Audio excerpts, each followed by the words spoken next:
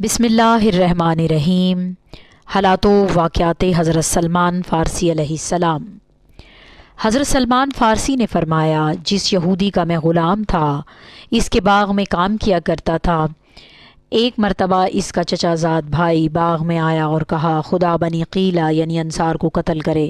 وہ سب قبا میں ایک شخص کے پاس جو کہ مکہ سے آیا ہے جمع ہیں اور گمان کرتے ہیں کہ وہ پیغمبر خدا ہے۔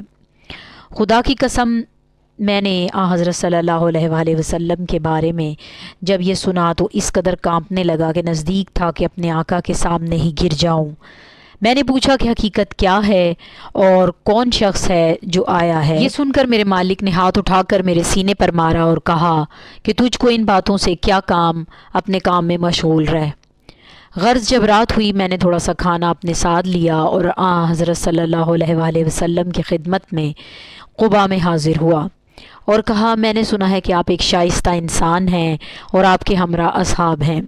یہ کچھ سامان صدقے کا ہے، وہ آپ کے لیے لایا ہوں۔ آپ نے وہ اصحاب کو دے دیا، خود تناول نہیں فرمایا۔ میں نے یہ دیکھ کر دل میں کہا، یہ ایک نشانی پوری ہوئی۔ پھر میں وہاں سے واپس آیا۔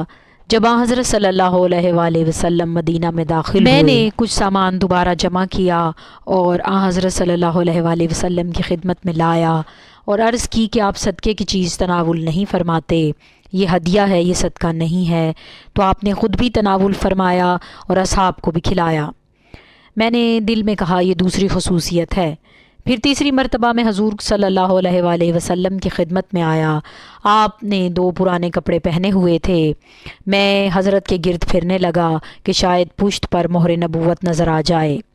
جب میں سر کی جانب آیا، آپ نے سمجھ لیا کہ میں وہ علامت دیکھنا چاہتا ہوں، تو آپ نے شانہ اقدس سے ردائے مبارک ہٹا دی تو میں نے مہر نبوت دیکھی جو آپ کے دونوں شانوں کے درمیان نظر آئی، جس طرح کے راہب نے بتایا تھا۔ میں اس کو دیکھ کر گر پڑا اور اس کو چومتا اور روتا جاتا تھا۔ حضرت نے فرمایا، میرے سامنے آؤ۔ حضرت کے سامنے آ کر بیٹھا تو حضرت صلی اللہ علیہ وآلہ وسلم نے اپنا سارا ماجرا بیان کرنے کو کہا تاکہ اصحاب جان سکیں۔ میں نے سارا احوال سنایا۔ پھر حضرت صلی اللہ علیہ وآلہ وسلم نے فرمایا، جاؤ اور اپنے مالک سے اپنے کو خرید کر آزاد ہو جاؤ۔ یہ سن کر میں اپنے آقا کے پاس گیا اور سند آزادی لکھوائی، جس کی شرط یہ تھی کہ 500 درخت اس کو لگا کر دوں اور خاص مقدار سونا فراہم کروں۔ حضرت صلی اللہ علیہ وآلہ وسلم کو آگاہ کیا تو فرمایا، 500 بیج لاؤ، میں اپنے ہاتھ سے بوؤں گا۔ غرض جس مقام پر باغ لگانا طے پایا تھا، میں نے زمین کھودی اور بیج حاضر کیے۔ حضرت صلی اللہ علیہ وآلہ وسلم کو خبر دی تو حضرت نے فرمایا کہ علی علیہ السلام کو دے دو اور مجھے چل کر وہ زمین دکھاؤ جہاں وہ درخت لگوانا چاہتا ہے۔ الغرض حضرت صلی اللہ علیہ وآلہ وسلم، مولا علی علیہ السلام اور حضرت سلمان اس مقام پر پہنچے۔ حضرت صلی اللہ علیہ وآلہ وسلم اپنی انگشت مبارک سے زمین میں سوراخ کرتے اور مولا علی علیہ السلام سے فرماتے کہ اس میں بیج ڈال دو۔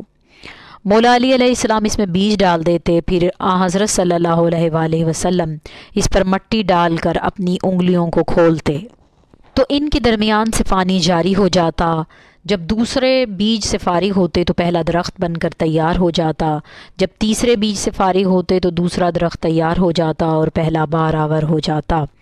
اس طرح بیج تمام ہوئے اور وہ 500 درخت تیار ہوئے اور ان میں پھل پیدا ہو گئے۔ حضرت صلی اللہ علیہ وآلہ وسلم نے پھر اپنے سامنے سے ایک پتھر اٹھایا، باعجاز بہترین سونا ہو گیا۔ یہودی نے کہا کہ میں نے اس سے بہتر سونا کبھی نہیں دیکھا۔ پھر اس کو تولا گیا تو وہ پورا اترا، نہ کم نہ زیادہ۔ حضرت سلمان کہتے ہیں کہ میں آزاد ہو کر واپس آیا اور حضرت صلی اللہ علیہ وآلہ وسلم کی خدمت میں رہنے لگا۔ امام جعفر صادق علیہ السلام سے روایت ہے کہ یہ باغ جس کو جناب رسول خدا صلی اللہ علیہ وآلہ وسلم نے حضرت سلمان کو آزاد کروانے کے لیے لگایا تھا، خدا نے یہودی سے اس باغ کو حضرت صلی اللہ علیہ وآلہ وسلم کو دیا اور حضرت صلی اللہ علیہ وآلہ وسلم نے اس کو بی بی فاطمہ زہرا سلام اللہ علیہا کو دے دیا اور ان مخدومہ نے اس کو وقف کر دیا۔